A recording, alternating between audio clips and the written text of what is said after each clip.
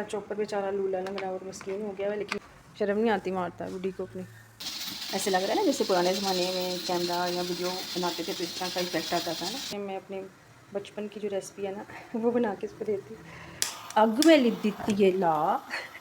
उस टिप से ये होगा कि जब भी आप कभी आलू की टिक्कियाँ फ्रीज़ करेंगे ना तो वो अलग-अलग नहीं होंगी और चिड़चिड़ नहीं करेंगी। मैं आलू को जिधर से कोई बीमारी पड़ी हुई है टूट पेने को, क्योंकि अब गैस तो आ गई, लाइट नहीं है। अब लाइट का वेट करूँगी तो बहुत ज़्यादा टाइम हो जाएगा। अब हम अन्नेवा इसमें घिया डालेंगे, ठीक है। लेकिन कोई बात नहीं, हम हैं पाकिस्तानी, हम तो जीतेंगे, हाँ जीतेंगे। लहसुन अदरक रहता है वो नहीं अब मैं बना रही। सही ठीक है, इसी तरह से काट के उन्होंने तो फ्राई करके बनाया हुआ था जैसे बनाते हैं। की तरफ चले जाएंगे तो वो पकाने नहीं है हमने, तो बस इस तरह से ये देखिए मटरों का कलर डार्क हो गया, ठीक है। या मटर और करेले रह गए। आप भी ज़रूर कमेंट में बताइएगा कि आप मिर्चें अपनी किस तरह से स्टोर और सेव करती हैं, ठीक है। ये देखिए जैसे कोमों पे अजाब आता है ना तो वो जो कुछ कर रही होती हैं वो छोड़ के उधर ही भाग दौड़ती हैं। तो किचन का दाखिला ममनू है। मैंने देखे दरवाज़ा बंद किया हुआ है, कैट्स का दाखिला बिल्कुल ममनू है। कुछ बर्तन रात को धो लिए थे और उन्हीं बर्तनों ने लगता है बच्चे दिए हैं तो सिंक भर गया। जो सफ़ेदी है मैंने सेव कर लिया। अब मैं इसको कोई रेमेडी वगैरह बनाऊँगी तो चेहरे पे लगा के।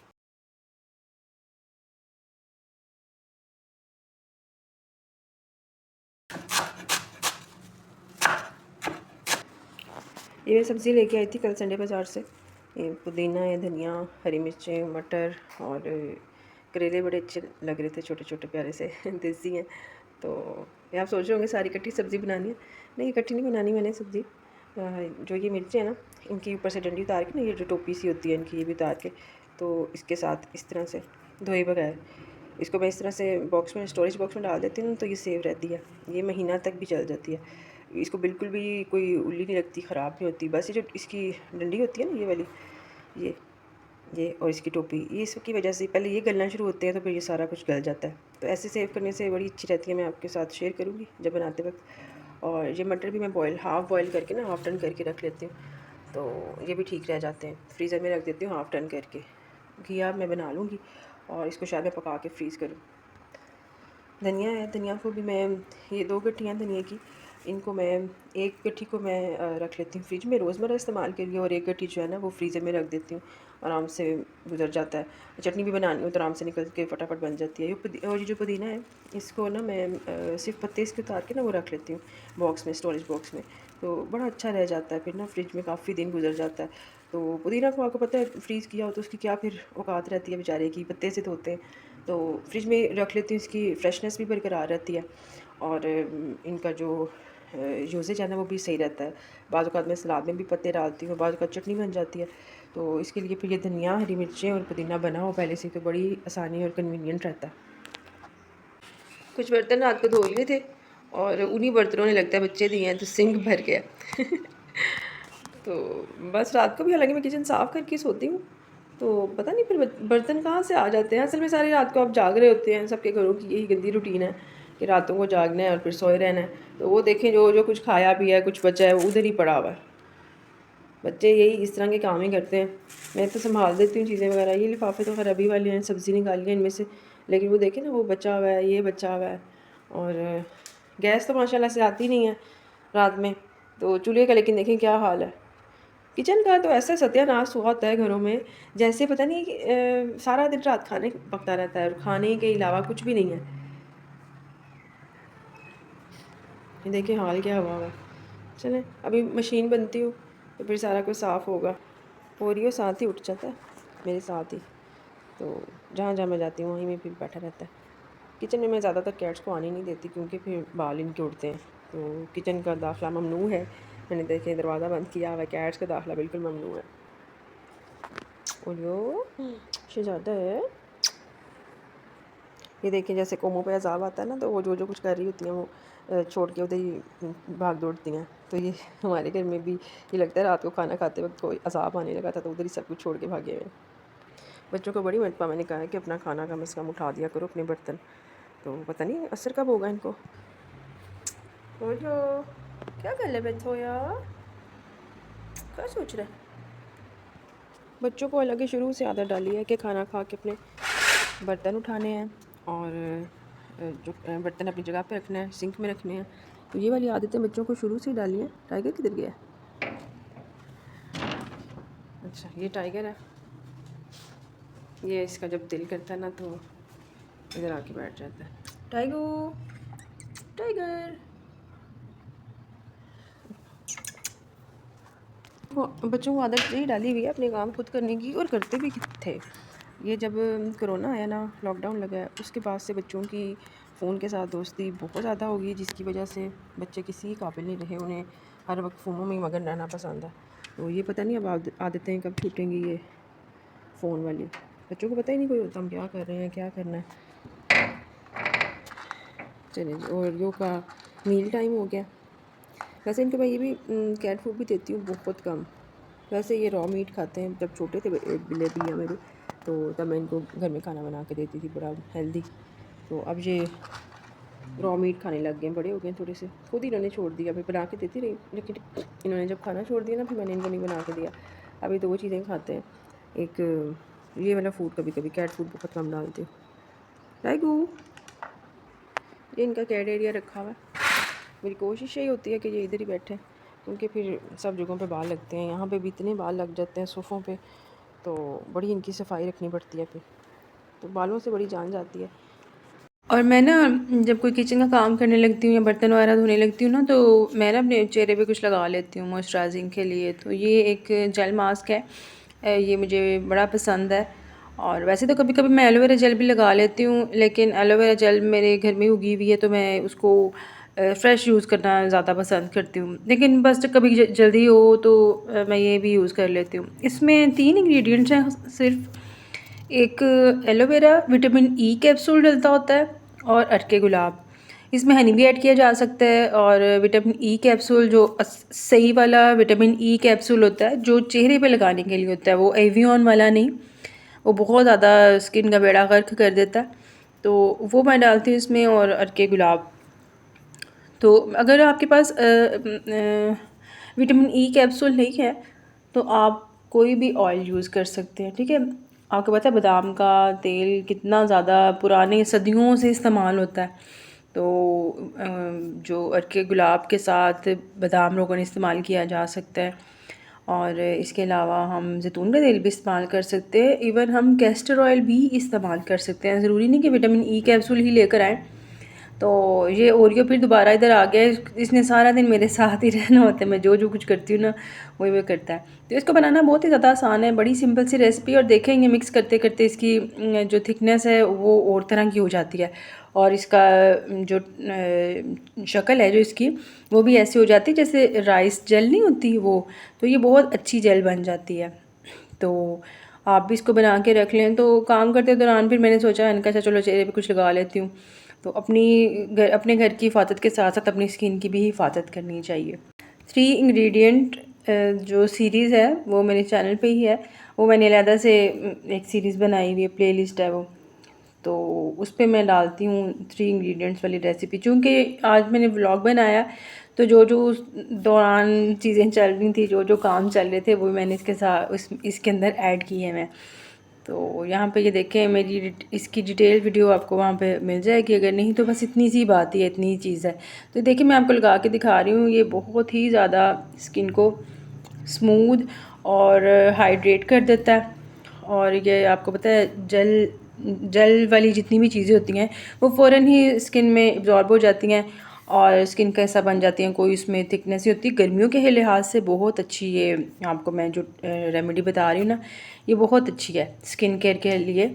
कोरियन स्किन केयर या ग्लासी स्किन केयर, जो भी आप इससे रिज़ल्ट चाहें सारे ही मिल जाएंगे आपको। ये जो सफ़ेदी है मैंने सेव कर लिया। अब मैं इसको कोई रेमेडी वगैरह बनाऊँगी तो चेहरे पे लगाऊँगी। सब्ज़ी भी मेरी सूख गई है सारी, जो मैंने रखी हुई थी सूखने के लिए फ्रिज में। थोड़ा सा उसमें फ्रिज में रखने की वजह से पानी आ गया था ना, तो वो सूख गई है। अब सब्ज़ी की रेडी लग गई है अब सब्ज़ी की रेडी लग गई है, अब सब्ज़ी बनाऊँगी मैं। सबसे पहले ना मैं आसान काम शुरू करूँगी, वो है हरी मिर्चों वाला। ये हरी मिर्चें सबसे पहले बनाऊँगी।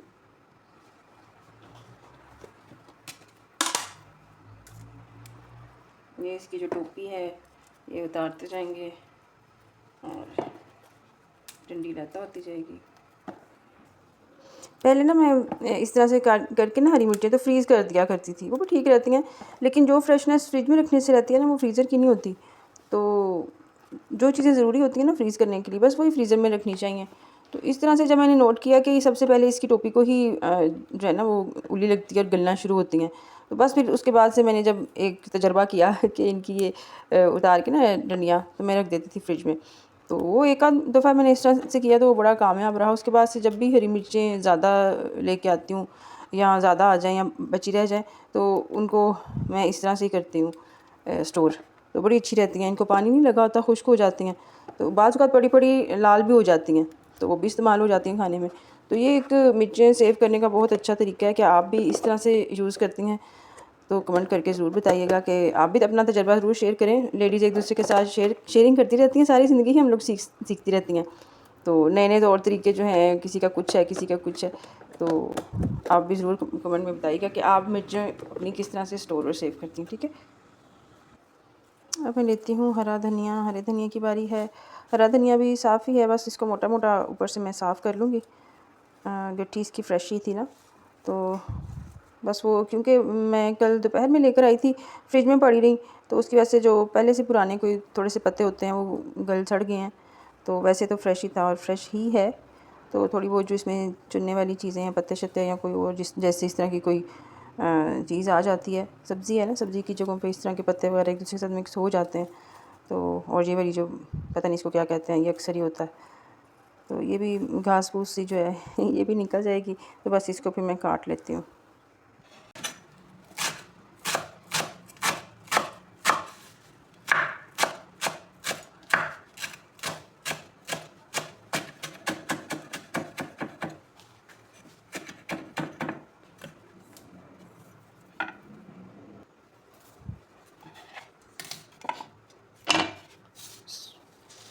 मैंने ना आज सोचा था कि मेरी मेड आएगी ना जब, तो वो उसके साथ मिलके सब्ज़ी बना लूँगी और खाना पका भी लूँगी।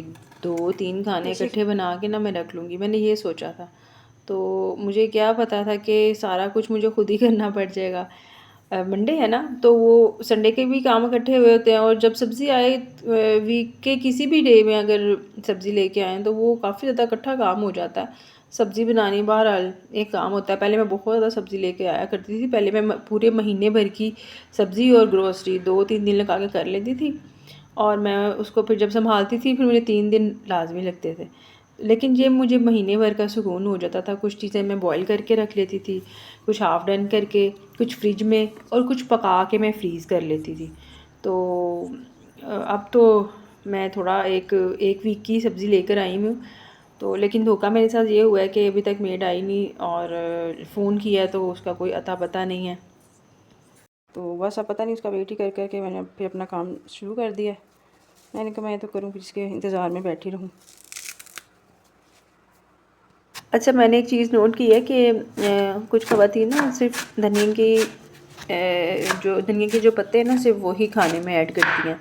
तो लेकिन मैं तो डंडियों समेत ही डालती हूँ। सिर्फ जो ऊपर वाली डंडियाँ होती हैं जो जड़ों में शुमार होती हैं बस वो मैं रिमूव करती हूँ, बाकी मैं सारी बना लेती हूँ। चटनी के अंदर भी और खाने के अंदर भी इसकी जो धनिए की डंडियों की खुशबू है ना वो तो बहुत ही अच्छी लगती है। धनिया को बना के ना मैंने 2 हिस्सों में कैटेगराइज़ किया है। एक मैं धो के तो फ्रीज़ कर लूँगी और 2 हिस्सा मैंने फ्रिज में रखना है ना, वो मैं धोए बगैर रखूँगी। धो के ज़रा जल्दी गल जाता है धनिया, तो इस वजह से मैं जो फ्रिज में रखना होता है ना वो धो के नहीं रखती।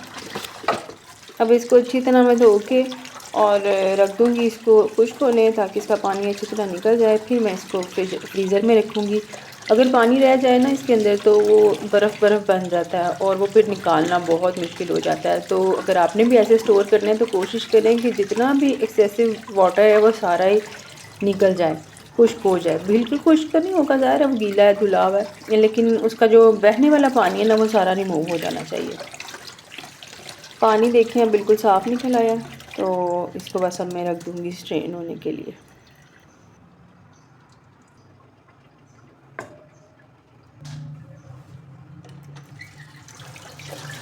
अच्छा, आपको एक मज़े की बात बताऊँ, वीडियो बनाते दौरान मेरे ज़हन से ये चीज़ निकल गई कि मैंने दोनों हिस्सों को धोना नहीं था, मैंने एक ही हिस्से को धोना था और एक को मैंने फ्रिज में रखना था।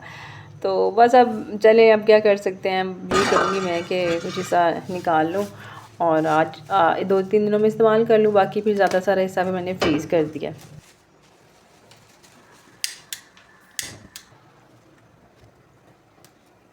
पुदीने के पत्ते भी मैं इस तरह से अलग करके डंडियों से, तो इनको भी मैं स्टोरेज बॉक्स में डाल के रख दूँगी। पेपर में भी रैप करके रखा जा सकता है, किसी भी तरह के भी कागज़ में या टिश्यू में, वो भी अच्छा, वैसे काफ़ी अच्छा तरीका रहता है। तो लेकिन ये है कि बस मुझे वक्त की बचत के लिए ये मैं बना के रख लेती हूँ, मैं पहले ही इसको प्लग करके रख लेती हूँ मैं लीव्स को, ताकि मैं पकड़ूँ, इस्तेमाल करूँ और मेरी जान सुखी हो जाए।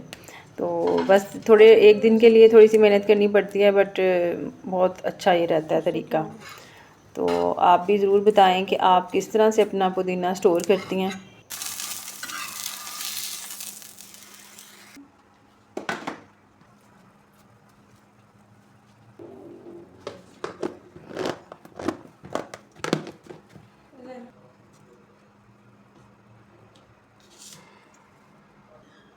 वीडियो बनाते बनाते ये याद नहीं रहा कि मैंने एक खुश्क रखने थे धनिया का हिस्सा जो मैंने फ्रिज में रखना था, और जो फ्रीज़र में रखना था वो धो के खुश्क करके रखना था। दोनों ही अब मैंने धो दिए हैं। अब मैं ये करूँगी कि फ्रीज़ कर देती दोनों को, लेकिन थोड़ा सा हिस्सा जो है ना फ्रिज में रख लूँगी, कोई 1-2 दिनों का बस। तो बाकी ये बस मैंने थोड़ा सा रख के फ्रिज में रखने के लिए इसी में रहने दूँगी, ताकि टोकरी में हवा लगती रही तो गल ना जाए। बाकी ये वाला जो है ना फ्रीज़र में रख दूँगी, जब ये इस्तेमाल करना होगा तो इस्तेमाल हो जाएगा।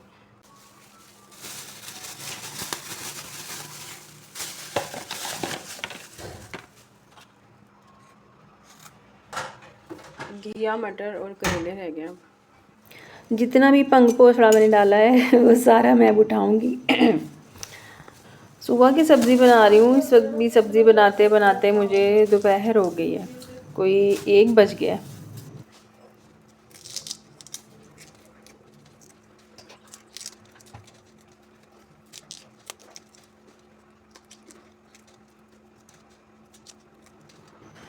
जी, तो मटर हमारे निकल गए हैं। अब मटरों के बारे में मैंने आपको बताया था ना कि इनको किस तरह से मैं हाफ़ टर्न करके रखती हूँ। तो आपने थोड़ा सा पानी बॉयल होने रखना है अपनी रिक्वायरमेंट के मुताबिक, ज़्यादा है तो ज़्यादा रख लें। ये देखिए अब इसका कलर चेंज हो गया ना, तो मैं आपको तोड़ के दिखाती हूँ। देखें अंदर से भी नरम भी हो गया और सख्त सख्त नरम भी है और अपनी जगह पे भी कायम है। बस यही कंडीशन इसकी होनी चाहिए। यहाँ से बस को स्ट्रेन कर लेंगे।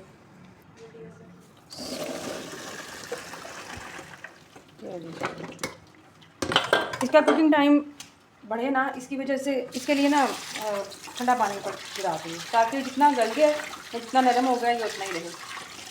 अगर इसको मैं ऐसे ही रहने दूँगी ना और ये इस तरह से ही ठंडा होगा, तो ये चूँकि हाफ डन हुआ है, इसका कुकिंग टाइम जारी रहेगा और ये और नरम हो जाएंगे, वो पकने की तरफ चले जाएंगे। तो वो पकाने नहीं है हमने, तो बस इस तरह से ये देखिए मटरों का कलर डार्क हो गया। ठीक है, इसका मतलब यही है कि आपके जो मटर हैं वो हाफ डन हो गए हैं। इसको अब मैं कंटेनर में डाल के तो फ्रीज़ कर दूँगी जब ठंडे हो जाएंगे।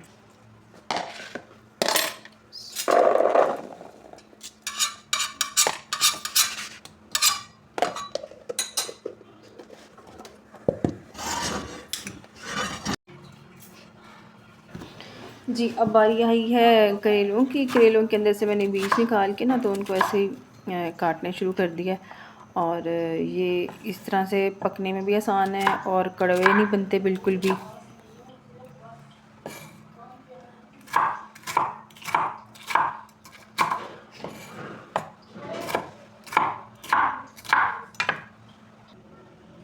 इस तरह से भी खीरे कह रही हूँ, करेले बना के रख लेना तो बड़ा अच्छा रह जाता है, फ़ायदा रह जाता है। एक तो कड़वे नहीं होते, और दूसरा ये कि फिर खीरे खीरे और करेले का हालांकि कोई जोड़ नहीं है मुंह से फिर भी खीरे निकले जा रहा।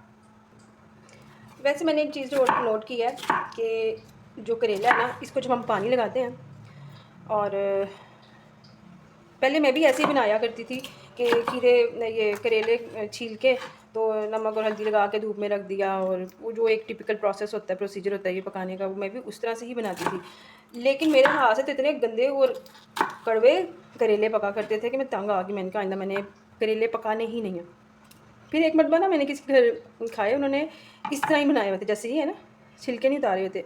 अच्छा, ये मुझे समझ नहीं आती, जो करेले हैं इनके छिलके क्या होते हैं, इनका कौन सा छिलका होता है मुझे ये नहीं समझ आती कि कौन सा इसका छिलका होता है जिसको उतारने की ज़रूरत होती है। तो बस एक जहन में यही बात थी कि ये क्या ये मुसीबत है, इतना बड़ा लंबा प्रोसीजर है इसका कि छिलके पहले छीलो, फिर नमक हल्दी लगाओ, और उसके बाद इसको रख दो, जाके फिर सारा दिन लग जाया करता था। बड़ा टिपिकल जो तरीका होता है उससे करेले बनाने का। फिर मैंने किसी के घर खाए, उन्होंने ऐसे बनाए हुए थे, मैं बता रही थी आपको, इस तरह से ही, ठीक है, इसी तरह से काट के उन्होंने तो फ्राई करके बनाए हुए थे जैसे बनाते हैं करेले, फ्राई किए और प्याज फ्राई किए और मसाला वगैरह। इतने अच्छे, इतने मज़े के करेले उन्होंने बनाए हुए थे, और मैं हैरान हुई, मैंने कहा आपने इनको उतारा नहीं, और वो जो भी करते हैं उस तरह से, कहती नहीं मैं नहीं उस तरह से बनाती।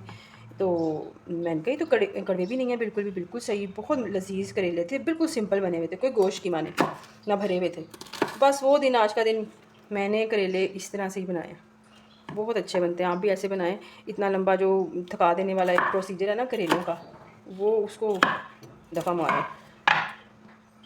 तो करेले साबुत ही रहने दें, और उनको साबुत को ही धो के, तो उसमें बस हाँ प्लेन पानी से अच्छी तरह से भिगो के इनको धो लें, जैसे गहरे पानी में भिगो के कोई चीज़ तो धोते हैं उस तरह से, ये इनके ऊपर से पानी गिरा लिया, किसी चीज़ में भिगो के इनको धो लें, जब खुश्क हों तो फिर बना लें, और बहुत अच्छे बनेंगे। ट्राई ज़रूर कीजिएगा और मुझे कमेंट में ज़रूर बताइएगा कि आपका एक्सपीरियंस कैसा रहा।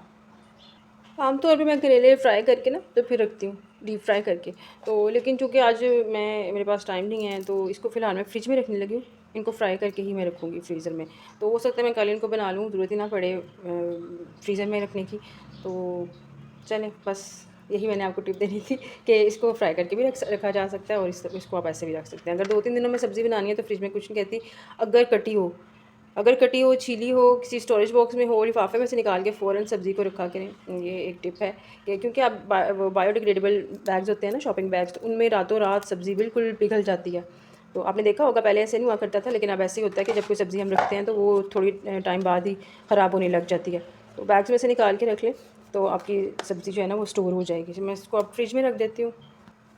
जी, फाइनली बात आ गई है अब घिये के ऊपर, और घिये के बाद शुक्र है मेरा सब्ज़ी का जो सेशन चला है वो आज वो ख़त्म हो जाएगा।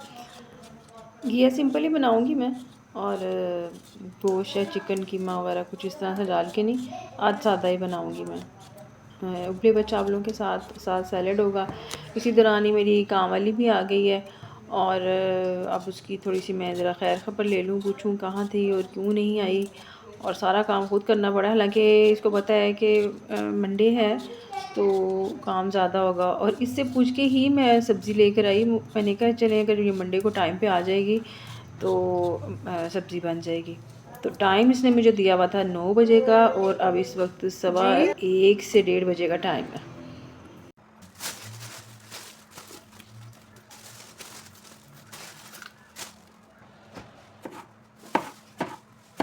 घिया, बैंगन, आलू, पालक, मेथी, ये इस तरह की सब्ज़ियाँ हैं कि जब हम इनको बना रहे होते हैं ना, एक तो हमारे हाथ भी बहुत गंदे काले हो जाते हैं, और दूसरा ये कि ये ख़ुद भी सब्ज़ियाँ काफ़ी काली हो जाती है कटते दौरान ही। तो उसकी वजह ये होती है कि इसमें आयरन की बहुत ज़्यादा मिक़दार होती है, जिसकी वजह से ये फ़ौरन अपनी रंगत बदलने लग जाती हैं। तो इनको काट के फ़ौरन ही पानी में भिगो देना चाहिए, उससे इनकी रंगत भी नहीं ख़राब होती और ये बिल्कुल फ्रेश रहती हैं। आलू के साथ भी ऐसे ही है, बैंगन के साथ भी ऐसे ही है, वरना बैंगन तो इससे भी ज़्यादा तेज़ी से अगर हम उसको वो काटते काटते ही काला हो जाता है, और हाथ भी उससे बहुत बुरे हो जाते हैं। इससे घिये से भी हो जाता है, लेकिन घिया इतनी जल्दी नहीं असर दिखाता है जितनी जल्दी बैंगन अपना काम दिखाता है।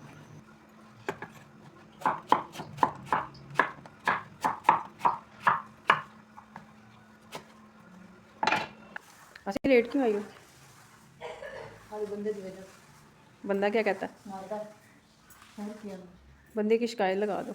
हाँ, ज़्यादा ही उसको आखिर आई हुई है, शर्म नहीं आती मारता बूढ़ी को अपनी। ये बूढ़ियों के अंदर हिम्मत इसलिए नहीं ना आती, औरतों को लगता है कि उनका फ़र्ज़ है हमारे भी खाएं और कमा के भी मर्दों को दें।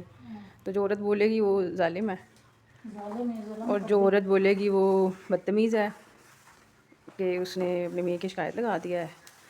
मियाँ है, हाँ,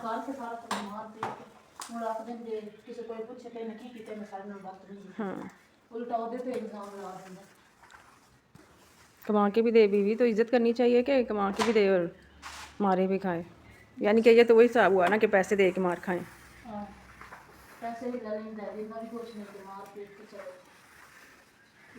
तुम भी अपना चैनल बना लो, सफाई वाली वीडियोस बड़ी देखी जाती हैं।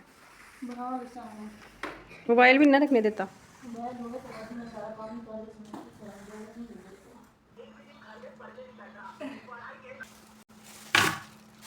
लहसुन अदरक रहता है, वो नहीं अब मैं बना रही।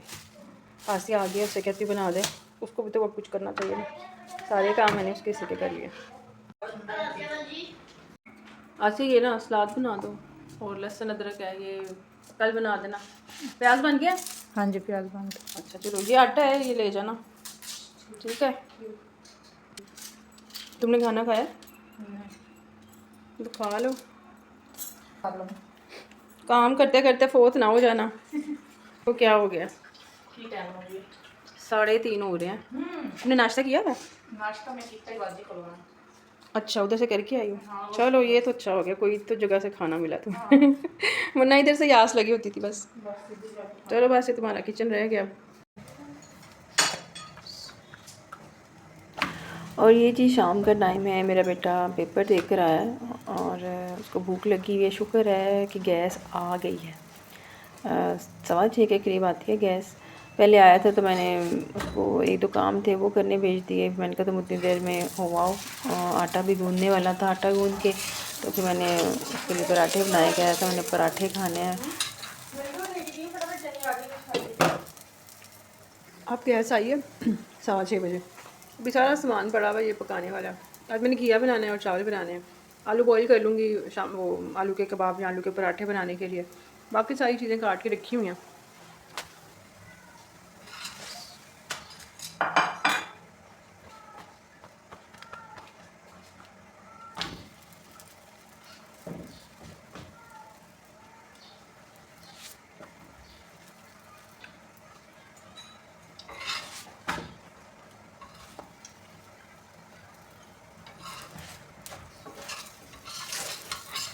मुझे ना देसी घी बहुत ज़्यादा अच्छा लगता है, और मैंने बचपन से देसी घी का ही नाश्ता किया। देसी घी का पराठा, देसी घी के गुड़ वाले चावल, अंडा या नान फ्राई करना है, कुछ भी बनाना है ना, तो देसी घी में ही बचपन से हम लोगों ने खाया। तो ये कुछ साल हो गए हैं कि गवाला हमारा चेंज हुआ, हम लोग शिफ्ट हुए दूसरी जगह से।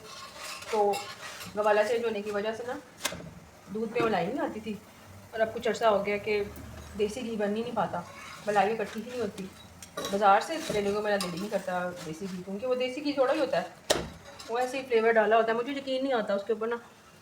तो इसलिए फिर बनास्पति घी इस्तेमाल किया, वरना मुझे बिल्कुल भी ना मेरा दिल करता है ना मुझे खाना अच्छा लगता है ये वलायती घी जो बनास्पति घी है। तो बस ये देसी घी नहीं है, बनास्पति घी है जिसके पराठे बन रहे हैं। तो नीयत पे बहुत डिपेंड करता है। नीयत जिस गवाले की बुरी है ना, गंदा जिसका दूध है, वो इकट्ठा नहीं होता, तो मलाई इकट्ठी नहीं होती, जिसकी वजह से फिर बन भी नहीं पाता देसी घी। तो मुझे तो बड़ी कोफ्त होती है देसी घी के बगैर नाश्ते की या खाने की। अब पराठा उससे बनाती दिल ही नहीं करता खाने को।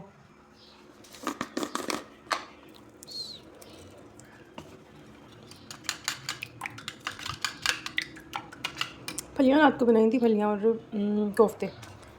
वैसे फलियाँ कीमा बनता है ना, तो लेकिन कोफ्ते पड़े हुए थे, मैंने कहा कोई बात नहीं, कोफ्ते भी कीमे की ही सॉलिड फॉर्म में होते हैं। वैसे मज़े के बड़े बने थे, बहुत मज़े के लग रही थी कीमा और फलियाँ और कोफ्ते। नहीं जी, हांडी चूल्हे पे चढ़ाई है तो साथ ही लाइट चली है, लेकिन कोई बात नहीं, हम हैं पाकिस्तानी, हम तो जीतेंगे, हाँ जीतेंगे। पाकिस्तान से बाहर जो ममालिक है ना, उनमें कुछ इस तरह का हो ना कि आवाम को इतनी ज़्यादा दिक्कत झेलनी पड़े, तो वो एहतजाज करते हैं, उनकी जो हुकूमत है ना वो सुन भी लेती है। हमारे यहाँ पे हम लोग आदी हो चुके हैं इन चीज़ों की। चलो कोई बात नहीं, ये कर लेते हैं, चलो ये नहीं है तो वो कर लेते हैं, सिलेंडर भरवा लेते हैं, गैस नहीं है तो ये कर लेते हैं, कोई भी ना कोई हम लोगों ने ऑल्टरनेट ढूंढा, क्योंकि हम बहुत बहादुर कौम है। हम पाकिस्तानी ऐसी कौम है, हम हर चीज़ को ना इंजॉय करते हैं। दिक्कत है, परेशानी है, कोई नहीं, चलो खैर है, इंजॉय है, ये भी इंजॉयमेंट ही होती है हमारी। चले एक तरफ से तो अच्छा है, जितनी हमारी हालतें ख़राब है ना, हमारी मुल्क की हालात, उसकी वजह से हम इतनी परेशानी अपनी ज़िंदगी में नहीं मोल लेते, खुश बात ही रहते।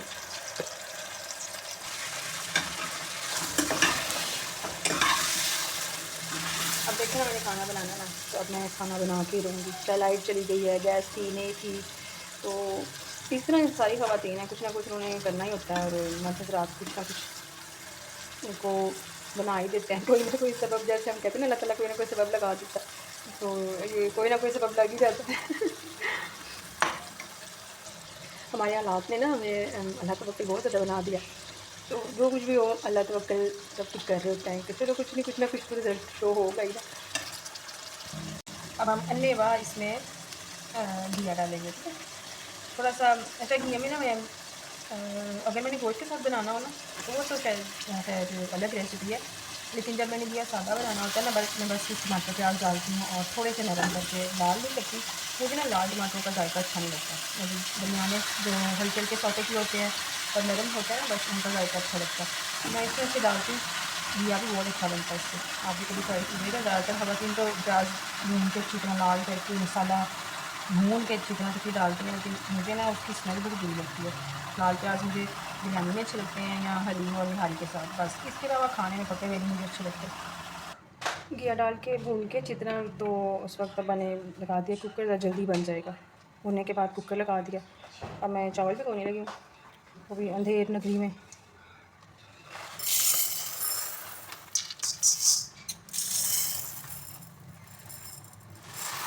ढाई भिगोने थे, चलो अब 3 ही भिगो देती हूँ। पहले मैं बस भिगो दूँगी चावल, और पकाने से पहले इनको धो के ना तो अच्छी तरह इनका वो निकल जाता है, स्टार्च हो जाता है। तो पकाने से पहले मैं बस इसको धोऊँगी भी, इसमें पानी डाल के भिगोने लगी। आलू के पराठों के लिए आलू बॉईल करने थे, छील के रखे हुए थे कि गैस आएगी तो बनाऊँगी। अब लेकिन मैं ऐसे ही चढ़ाने लगी क्योंकि अब गैस तो आ गई, लाइट नहीं है। अब लाइट का वेट करूँगी तो बहुत ज़्यादा टाइम हो जाएगा, क्योंकि शाम की मेरी थोड़ा सा और तरह की मसरूफ़ियत होती है। ऑनलाइन कुरान पढ़ाना होता है, तो मुझे होता है कि मैं 8 बजे से पहले पहले फ़ारिग हो जाऊँ। आलू को जिधर से कोई बीमारी पड़ी हुई है टूट पेने को, तो वहाँ से मैं उतार लेती हूँ। वैसे साफ़ ही हैं आलू, वैसे आलू आजकल बड़े अच्छे आ रहे हैं, बहुत अरसे बाद आलू अच्छे आए हैं, वरना तो ना चिप्स अच्छी बनती थी और ना ही कोई और शायद। आलू बड़े मज़े के होते हैं, आलू बड़ी अच्छी सब्ज़ी है, और आलू को ना मैं यूनिवर्सल सब्ज़ी कहती हूँ, क्योंकि हर चीज़ के साथ बेचारी घुल मिल जाती है, साबिर शक्कर हर सब्ज़ी के साथ, गोश्त के साथ, कीमा के साथ, कुछ भी आप बनाएं, आलू बेचारे रच बस जाते हैं अशिया के साथ। और खाली आलू भी बना लें तो बहुत मज़े के बनते हैं। अभी मैं आलू का सिर्फ मुआयना कर रही हूँ, क्योंकि छील के रखे हुए थे ना तो काले ना हो जाए, तो मैंने पानी में डाले हुए थे। आसिया नहीं छीले हैं, मैंने कहा चल आसिया भी काम करे ना, आज सारे काम उसने मेरे से करवाए। तो बस अभी मैं इनको देख लूँ, एग्जामिन कर लूँ इनको, इनका इलाज कर लूँ पहले, फिर मैं इनको ना काटती हूँ एक मरतबा वॉश करके। ओह ये क्या है, ओहो ये क्या है। चलिए मैं इसको निकाल, पहले आलू ने तो धोखा दे दिया है।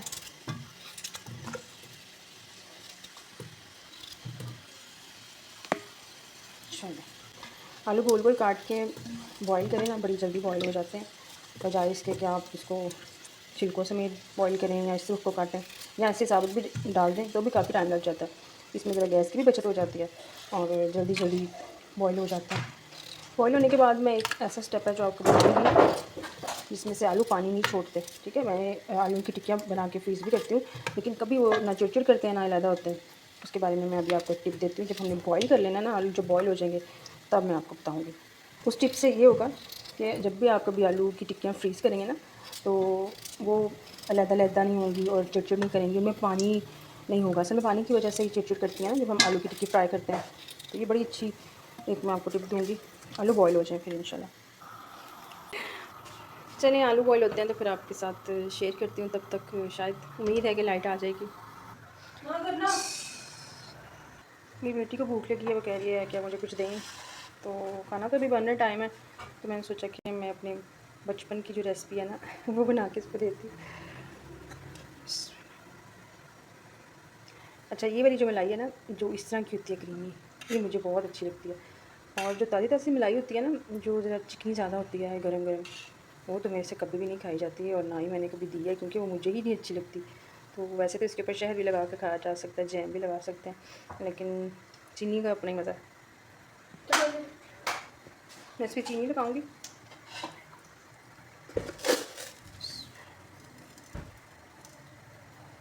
अच्छा, ये जी बड़ी मज़े की रेसिपी तैयार हो गई है।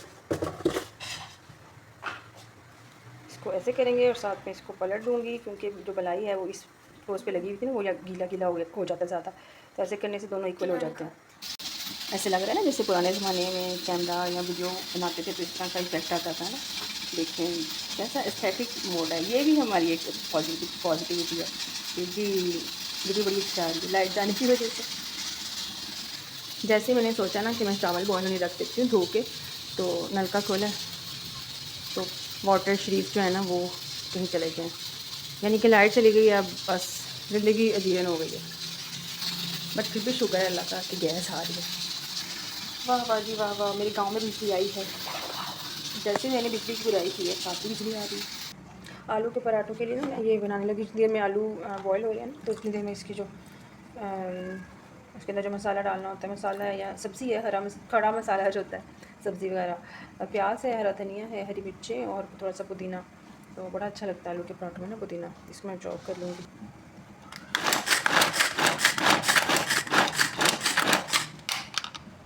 मेरा चॉपर बेचारा लूला लंगड़ा और मस्कीन हो गया है, लेकिन मैंने भी इसको तब तक इस्तेमाल करते ही रहना जब तक कुछ बिल्कुल नहीं टूट जाता। जी, आलूओं पे नज़रें करम फरमाते हैं, देखते हैं आलू का क्या हाल है, और मुझे लगता है आलू ठीक हो गए। हाँ जी, बहुत अच्छे कर लिए। अच्छा, एक टिप मैंने आपको जो देनी थी ना वो ये है कि जिस वक्त आलू बॉयल हो जाएंगे आपने स्ट्रेन करके ना, तो उनको आग नीचे जलती रहेगी, तो आपने इनको गरम गरम को मैश करना है। ठीक है, एक तो आपने छिलके पहले ही उतार लेने हैं। छिलके समेत आलू कभी ना बॉईल करें, उसके अंदर बहुत ज़्यादा स्टार्च रह जाता है, लेसले आलू हो जाते हैं। तो एक तो आपने छिलके उतार के इनको बॉईल करना है, और बॉईल करने के बाद जैसे ही ये आपने स्ट्रेन करना है, गरम गरम को ही आपने मैश कर लेना है, और नीचे आग जलती रहेगी। ये देखें नीचे आग जली हुई है, तो इससे ये होता है कि मॉइस्चर सारा ही उड़ जाता है आलूओं का, आलू के अंदर कोई पानी नहीं रह जाता, तो बहुत अच्छे मैश भी हो जाते हैं जल्दी क्योंकि गर्म होते हैं। और आप इनको चाहे फ्रीज़र में रखें, चाहे जैसे मर्ज़ी इनको इस्तेमाल करें, ये टूटेंगे नहीं, और ना ही इनकी हालत ऐसी होगी कि जैसे वो फ्रीज़र से आलू निकालें तो हो जाती है ना, आलू की टिक्कियाँ कई लोग बना के नहीं रखते, सिर्फ इस वजह से कि वो जिस वक्त फ्राई करते हैं टूट जाती हैं, दूरदरी सी हो जाती हैं। मैंने आपको बताया ना, असल में होता ये है कि देखिए आलू का मॉइस्चर कितना है, अभी तक धुएँ निकल रहे हैं इसके अंदर से। कैमरा में तो शायद इतने ना नज़र आ रहे हों, लेकिन इसके बहुत ज़्यादा धुएँ निकल रहे हैं। चलिए मैं इसको अच्छे तरीके से अब मैश कर लेती हूँ।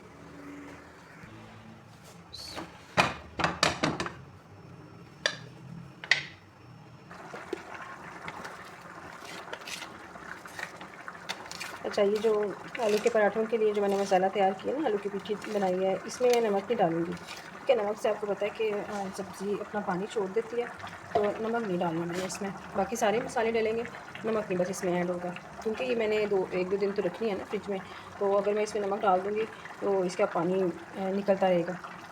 तो आपने भी अगर कुछ दिनों के लिए बना के रखने हो, 2 या 3 दिनों के लिए आलू के पराठे का मसाला, तो आप इस तरह से ही बना सकते हैं। इससे पानी भी नहीं छूटेगा और 2-3 दिन तक बिल्कुल फ्रेश रहेगी आलू की पिट्ठी।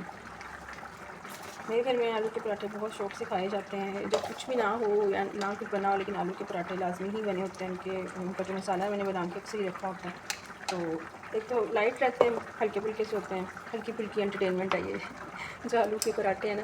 तो बाज़ का बच्चे आलू के पराठों के साथ दही ज़ीरे वाली चटनी जो होती है पुदीने वाली, वो भी खा लेते हैं, और बाज़ का फिर आलू के पराठों की जगह हम लोग टिक्कियाँ भी बना लेते हैं इसी की, फिर उसमें मैं नमक ऐड कर देती हूँ। तो दोनों तरीके से इस्तेमाल हो जाता है। बाज़ फिर उनकी रूटीन में कभी ऐसे दिन आते हैं कि जो ख़वातीन की कुछ मसरूफ़ियत ऐसी होती है कि उस दिन खाना नहीं बना होता, या टाइम पे नहीं बना होता, या लेट हो जाता है, तो उसमें ये बना के अगर आपने हर वक्त रखी होती है तो आपको बड़ी सहूलत और तसल्ली रहती है। टिक्कियाँ बन सकती हैं, पराठे बन सकते हैं, और नान के साथ आलू की टिक्की, नान टिक्की का तो बहुत मज़ा आता है, अपना स्कूल का पुराना दौर याद आ जाता है। तो मुझे तो नान टिक्की बहुत अच्छी लगती है, दोपहर में नान टिक्की का नाम लेते ही अपने स्कूल की याद आ जाती है। तो अगर आपको भी स्कूल की याद आई है तो ज़रूर कमेंट में यस लिखिएगा। कई लोग आलू के पराठों में ना अनारदाना भी ऐड करते हैं, लेकिन मुझे नहीं अच्छा लगता अनारदाना। वैसे मुझे कच्चा खाना बड़ा अच्छा लगता है, लेकिन मुझे इसमें नहीं अच्छा लगता। आलू के साथ मुझे अनारदाने का कॉम्बिनेशन बिल्कुल भी नहीं पसंद। चीज़ों के भी ना कॉम्बिनेशन होते हैं कि किसी चीज़ का किसी के साथ क्या कॉम्बो है, क्या टेस्ट बनेगा। इसी तरह जब रेमेडीज़ बनाते हैं ना, उनमें से भी सारी चीज़ें इकट्ठी डाल दें तो वो अजीब ही कोई मतंजन सा बन जाता।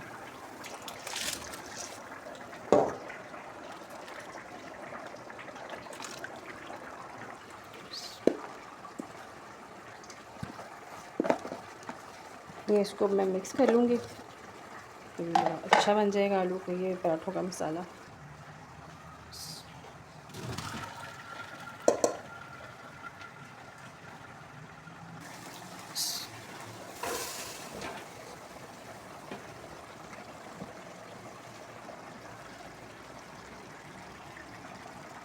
बासमती राइस की वैसे जो पिच होती है ना, वो फेंकनी नहीं चाहिए। ये नहीं कि कोई उसका कोई गुनाह होता है। मैं इस वजह से कह रही हूँ उसके फ़ायदे बड़े हैं। आप उसको राइस वाटर क्योंकि वो बन जाता है, आप उसको फेस पे भी लगा सकते हैं, उससे बाल भी धोते हैं तो इतने अच्छे ज़बरदस्त, आप उससे बाथ भी ले सकते हैं, तो उसके बड़े फ़ायदे होते हैं।